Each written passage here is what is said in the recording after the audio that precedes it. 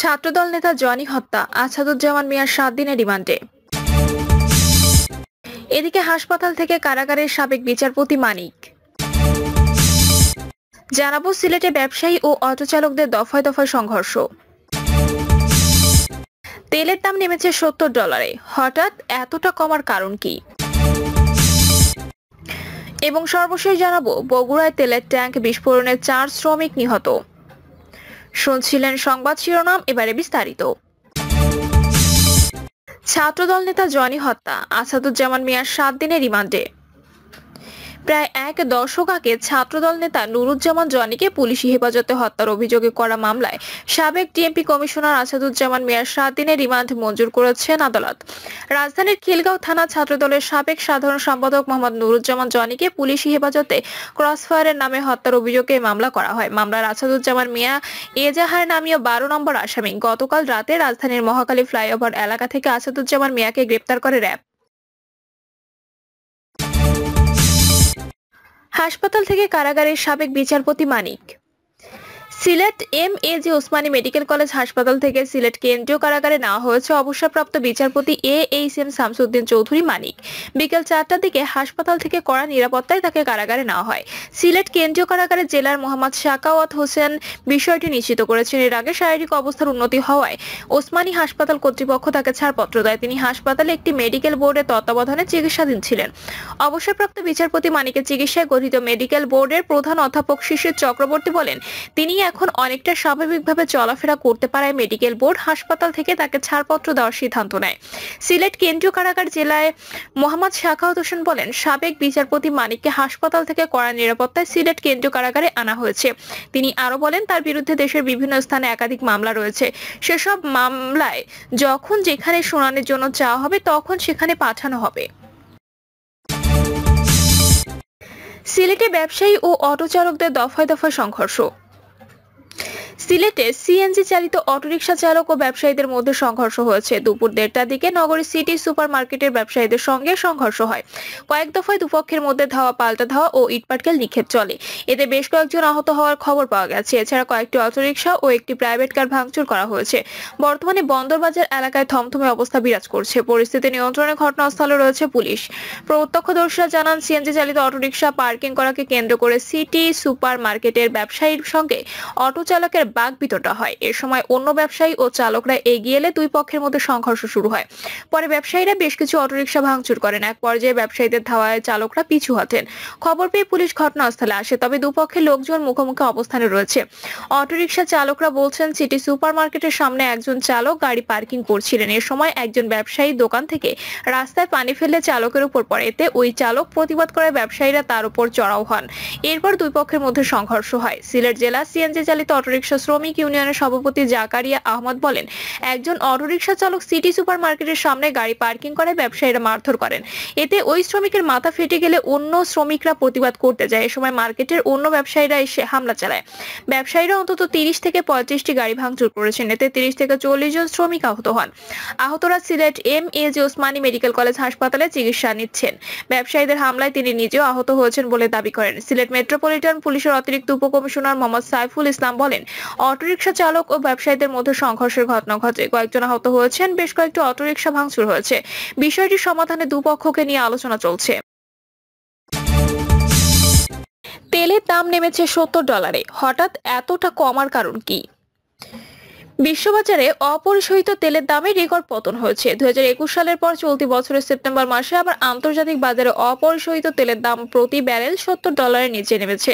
অনেকের আশঙ্কা তেলের দাম $60 নেমে যেতে পারে। আজ সকালে বিশ্ববাজারে WTI ক্রুড তেলের দাম ছিল প্রতি ব্যারেল $67.68। ব্রেন্ট ক্রুড তেলের দাম কমেছে, যদিও তা এখনো $70 নিচে নামেনি। প্রতিবেদন লেখার সময় এই তেলের দাম ছিল প্রতি ব্যারেল $71.05।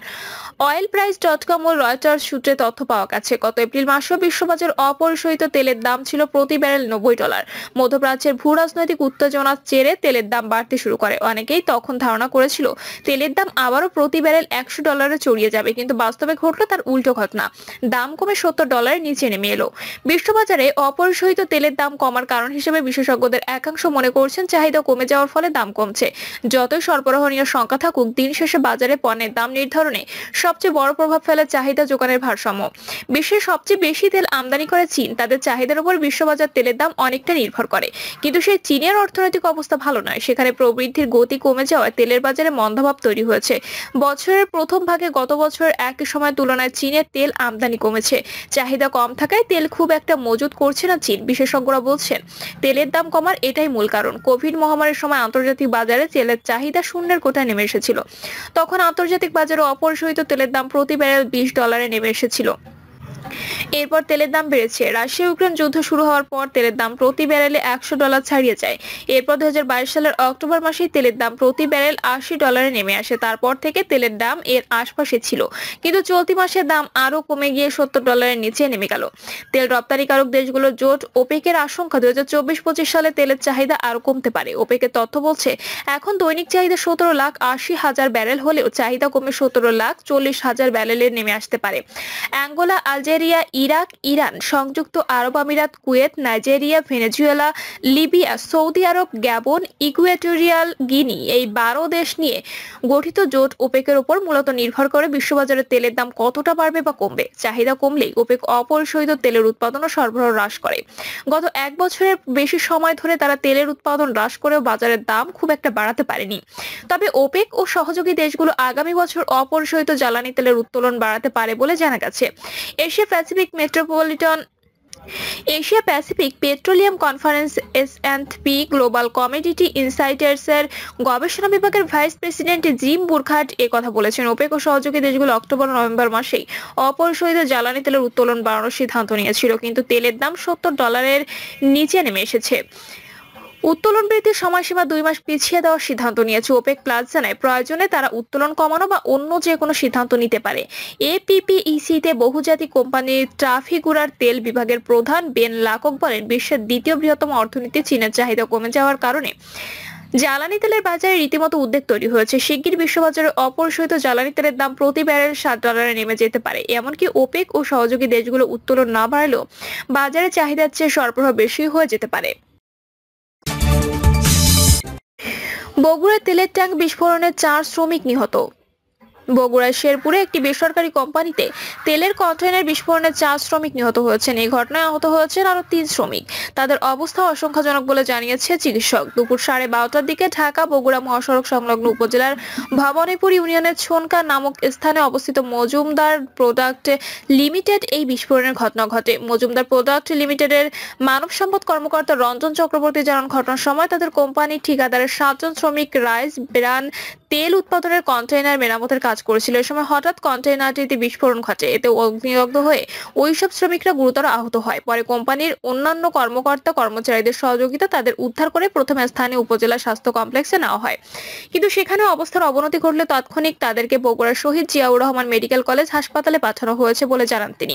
বগুড়ার উপশহর পুলিশ ফাঁড়ির সহকারী উপপরিদর্শক মোহাম্মদ লালন মিয়া ঘটনার সত্যতা স্বীকার করে বলেন, বিস্ফোরণে গুরুতর আহতদের মধ্যে 4 জনকে বগুড়ার সজিমিক হাসপাতালে আনা হলে কর্তব্যরত চিকিৎসক তাদের মৃত ঘোষণা করেন। পরে নিহতদের লাশ হাসপাতাল মর্গে নিয়ে যাওয়া হয়। প্রিয় দর্শক, এই ছিল এখনকার সর্বশেষ সংবাদ। আপডেট সব সংবাদ পেতে চ্যানেলটি সাবস্ক্রাইব করে বেল আইকনটি ক্লিক করে রাখুন।